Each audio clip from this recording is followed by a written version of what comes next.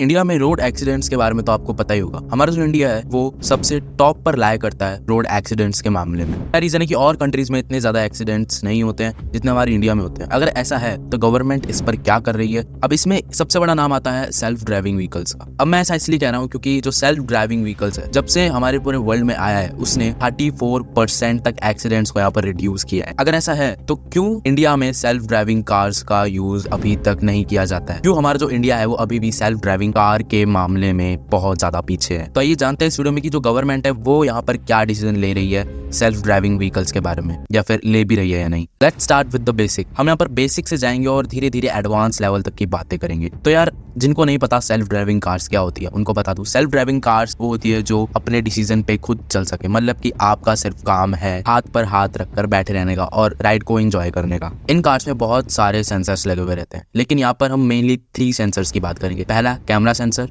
दूसरा radar sensor, तीसरा lidar sensor. अब बेसिकली इन सभी के काम यहाँ पर अलग अलग रहते हैं। अब हम उतना डीप में नहीं जाएंगे। अब ऑब्वियसली हम इन कार्स पर पूरी तरह डिपेंड नहीं रह सकते हैं, इसलिए हम इन कार्स को मैनुअली भी कंट्रोल कर सकते हैं। अब अगर हम बात करें इंडिया में एक्सीडेंट्स की, तो बेसिकली ये मेनली या तो ड्रंक ड्राइविंग की वजह से होता है, या फिर ओवर स्पीडिंग, या फिर कभी कभी जो हम चलती गाड़ी में हम दूसरों से फोन पे बात करते हैं उसकी वजह से। और हाँ, सीट बेल्ट को कैसे भूल सकते हैं, जो आप चौराहे पे लगा लेते हैं पुलिस के डर से कि कहीं पुलिस हमारा चालान ना बना दे। लेकिन अगर हम बात करें यहाँ पर सेल्फ ड्राइविंग व्हीकल्स की, तो यहाँ पर ये उतनी ही स्पीड पे चलेगी जितनी आप इसमें सेट करोगे। मतलब कि यहाँ पर आपको ओवर स्पीडिंग का भी कोई खतरा नहीं होता, या फिर कई बार तो ये खुद ही अपने आप स्पीड सेट कर लेती है। और ड्रंक ड्राइविंग का तो यहाँ पर कोई सवाल ही नहीं बनता। अब यहाँ पर बात करते हैं कि इससे इकोनॉमी पे क्या इफेक्ट पड़ता है। तो यहाँ पर देखो यार, अगर आप मानो या मानो, सेल्फ ड्राइविंग व्हीकल्स ने यहाँ पर $800 बिलियन सेव किए हैं एक साल में। अब ऐसा कैसे हुआ है उस पर बात करते हैं। जब से सेल्फ ड्राइविंग कार्स इंट्रोड्यूस हुई है उससे यहाँ पर जो क्रैशेस थे वो बहुत ज्यादा कम हुए और उस पर जो लगने वाली कॉस्ट थी वो भी बहुत ज्यादा कम हुई। तो एक हमने वहां पर सेव किया। दूसरा हेल्थ केयर, यहाँ पर जो और व्हीकल्स होते थे उससे जो हमारे पॉल्यूशन होता था उसमें हमने बहुत ज्यादा सेव किया। तीसरा, यहाँ पर हमने बहुत ज्यादा फ्यूल बचाया, क्योंकि जो ऐसी कार्स होती है मोस्टली वो इलेक्ट्रिसिटी पे चलती है। लेकिन लेकिन लेकिन ये तो थी इसकी एक साइड। लेकिन अगर मैं इसकी दूसरी साइड की बात करूँ, ये तो हमने प्रॉफिट्स की बात की। अब यहाँ पर इसको बनाने में खर्चा कितना आता है, अब हम उसकी बात करते हैं। तो देखो यार, ये जो कार्स होती है वो बहुत ज्यादा कॉस्टली होती है, क्योंकि यहाँ पर जो टेक्नोलॉजी यूज होती है उसकी यहाँ पर जो प्राइस होती है वो बहुत ज्यादा लगती है। और इसकी जो मैन्युफैक्चरिंग कॉस्ट है वो जो नॉर्मल व्हीकल्स होते हैं उससे $8 लाख ज्यादा यहाँ पर मैन्युफैक्चरिंग कॉस्ट लगता है सेल्फ ड्राइविंग व्हीकल्स को बनाने का। Now I think you understand कि कितना ज़्यादा कॉस्टली होता है सेल्फ ड्राइविंग व्हीकल्स को मैन्युफैक्चर करना। और यही सबसे बड़ा रीज़न है कि जो फॉरेन की कार्स होती है वो हमारे इंडिया में इन कार्स को सेल नहीं कर पाती, क्योंकि यहाँ पर जो मैन्युफैक्चरिंग कॉस्ट है वो ही बहुत ज़्यादा हो जाता है। और अगर हम बात करें कि फॉरेन से इंपोर्ट कराने की, तो वहाँ पर टैक्सेस जो है वो बहुत ज़्यादा लग जाते हैं, जिससे उन कार्स की जो प्राइस है वो बहुत ज्यादा हो जाती है। अगर यहाँ पर हम एग्जांपल लें टेस्ला का, दैट्स व्हाई जो इलॉन मस्क है वो इंडिया में टेस्ला कार्स को यहाँ पर सेल नहीं कर पा रहे हैं, क्योंकि अगर यहाँ पर वो सेल करने जाएंगे जिससे उनको फॉरेन से यहाँ पर इंपोर्ट करानी पड़ेगी उन व्हीकल्स को, देन उस पर बहुत ज्यादा टैक्सेस लगेंगे, इंपोर्ट ड्यूटीज लगी, जिससे उस कार की जो प्राइस है वो बहुत ज्यादा बढ़ जाएगी। और आई डोंट थिंक सो फिर उसके बाद इंडिया में कोई भी उस कार को लेगा, क्योंकि अगर वो कार यहाँ पर सेल होगी तो उसकी जो स्टार्टिंग प्राइस है वो ही 60 लाख से शुरू होगी। अब इस पे जो हमारी गवर्नमेंट है उसने ये कहा कि अगर आपको यहाँ पर ये कार्स को सेल करना है तो आपको इंडिया में इसको मैन्युफैक्चर करना पड़ेगा,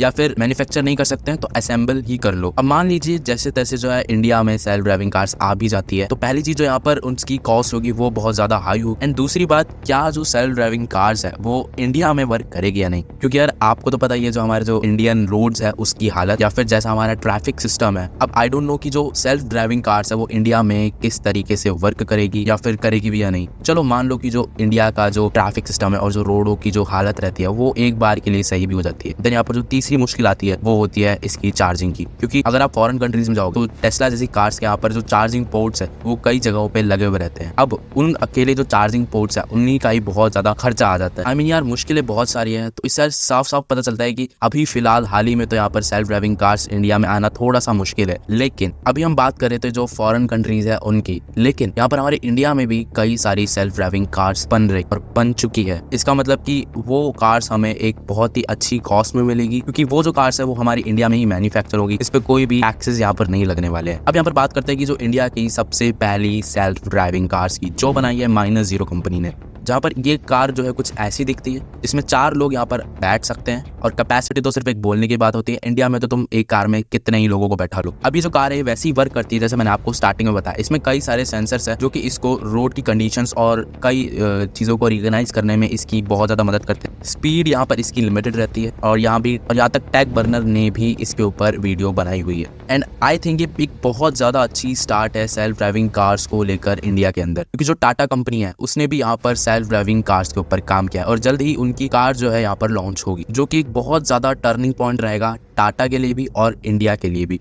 जो मैंने आपको -0 कंपनी की कार के बारे में बताया उसका नाम था Z-Pod, लेकिन वो एक बहुत ही ज्यादा बेसिक सेल्फ ड्राइविंग कार थी जिसको आप यहाँ पर मैनुअली भी कंट्रोल नहीं कर सकते हो। लेकिन जो टाटा कार बना रहे हैं वो सेल्फ ड्राइविंग कार तो है ही, साथ ही साथ उसको मैनुअली भी कंट्रोल कर सकते हो। इसके अंदर बहुत ज्यादा एडवांस फीचर है जिससे यहाँ पर रोड एक्सीडेंट जो होते हैं वो भी बहुत ज्यादा कम हो सकते हैं। और बेसिकली ये कार इंडिया में एक्सीडेंट्स होने वाली रेट को कम करने के लिए ही बनाई गई है, क्योंकि यहाँ पर कई सारे फीचर्स हैं जैसे कि adaptive cruise control, front collision warning and blind spot monitoring जैसे बहुत सारे फीचर है जो कि आई एम डैम श्योर कि बहुत ज्यादा हेल्प करेंगे जो इंडिया में एक्सीडेंट्स होने वाली रेट है उसको। अब बात करते हैं कि यार आपने बोला कि जो इंडिया में जो बनने वाली सेल्फ ड्राइविंग कार्स है उसकी प्राइस बहुत ज्यादा कम होगी। मतलब जो टाटा जो कार बना रही है और अभी तक जितनी बनाई है उनकी जितनी भी जो कार्स है उनकी जो स्टार्टिंग प्राइस है वो रहती है 8 लाख या फिर 9 लाख 10 लाख इतने के करीब ही रहती है। और मैंने जो आपको बताया था जो टेस्ला है उसकी जो स्टार्टिंग प्राइस है वो है भाई 60 लाख, और बहुत ज्यादा बड़ा नंबर है ये। अब यार हमने यहाँ पर तारीफ तो बहुत ज्यादा कर लिया है, लेकिन हम अब बात करते हैं थोड़ा इसके नेगेटिव पॉइंट की, कि अक्सर लोगों को ज्यादा पसंद आता है and I don't know why. यार देखो,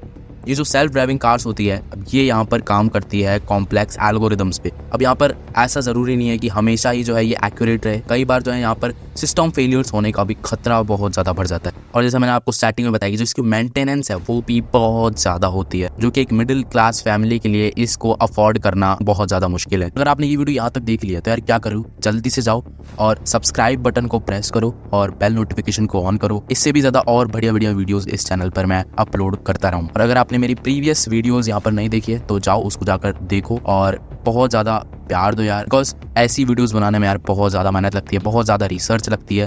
तो यार जितना हो सके उतना सपोर्ट करो, क्योंकि यार अगर आप इस वीडियो को यहाँ पर देखने आए हो तो आप कुछ यहाँ पर सीखने आए हो, क्योंकि ये जो जनरेशन है उसको ज़्यादातर यहाँ पर कॉमेडी वीडियोज़ या फिर शॉर्ट्स में, रील्स में, इन सब चीज़ों में ज़्यादा इंटरेस्ट रहता है। लेकिन आप वो हो जो कुछ सीखना चाहते हो और कुछ जानना चाहते हो। अगर और भी जानना है आपको और भी चाहते हो कि ऐसी वीडियोस आए आपके पास तो जल्दी से जाओ सब्सक्राइब कर लो। So guys back to the topic, बहुत ज़्यादा बोल लिया सब्सक्राइब करने का। तो जितने भी हम यहाँ पर चीज़ों के पॉजिटिव एस्पेक्ट्स देखते हैं उतने यहाँ पर उसके कुछ नेगेटिव पॉइंट्स भी होते हैं। मतलब कि जो सेल्फ ड्राइविंग कार्स है अभी उसको और ज़्यादा इवॉल्व होना बाकी है, मतलब उसमें और ज़्यादा चीज़ों को इम्प्रूव करना बहुत ज़्यादा ज़रूरी है, क्योंकि यार ये जो पूरा मामला है ना यार सेफ्टी का मामला है। और एक चीज़ पे भी यहाँ पर ध्यान देना पड़ेगा कि जिस चीज़ के लिए आप यहाँ पर सेल्फ ड्राइविंग कार्स को बना रहे हो कहीं वो उसका उल्टा ना हो जाए। वीडियो कैसी लगी कमेंट सेक्शन में ज़रूर बताना, और आपकी क्या राय है सेल्फ ड्राइविंग कार्स को लेकर। मिलते हैं किसी और भी ज़्यादा इंटरेस्टिंग वीडियो में और बहुत ही ज़्यादा एक इंटरेस्टिंग टॉपिक के साथ। तब तक के लिए यार अपनी लाइफ को एंजॉय करिए एंड हैप्पी रहिए और नई नई चीज़ें सीखते रहिए।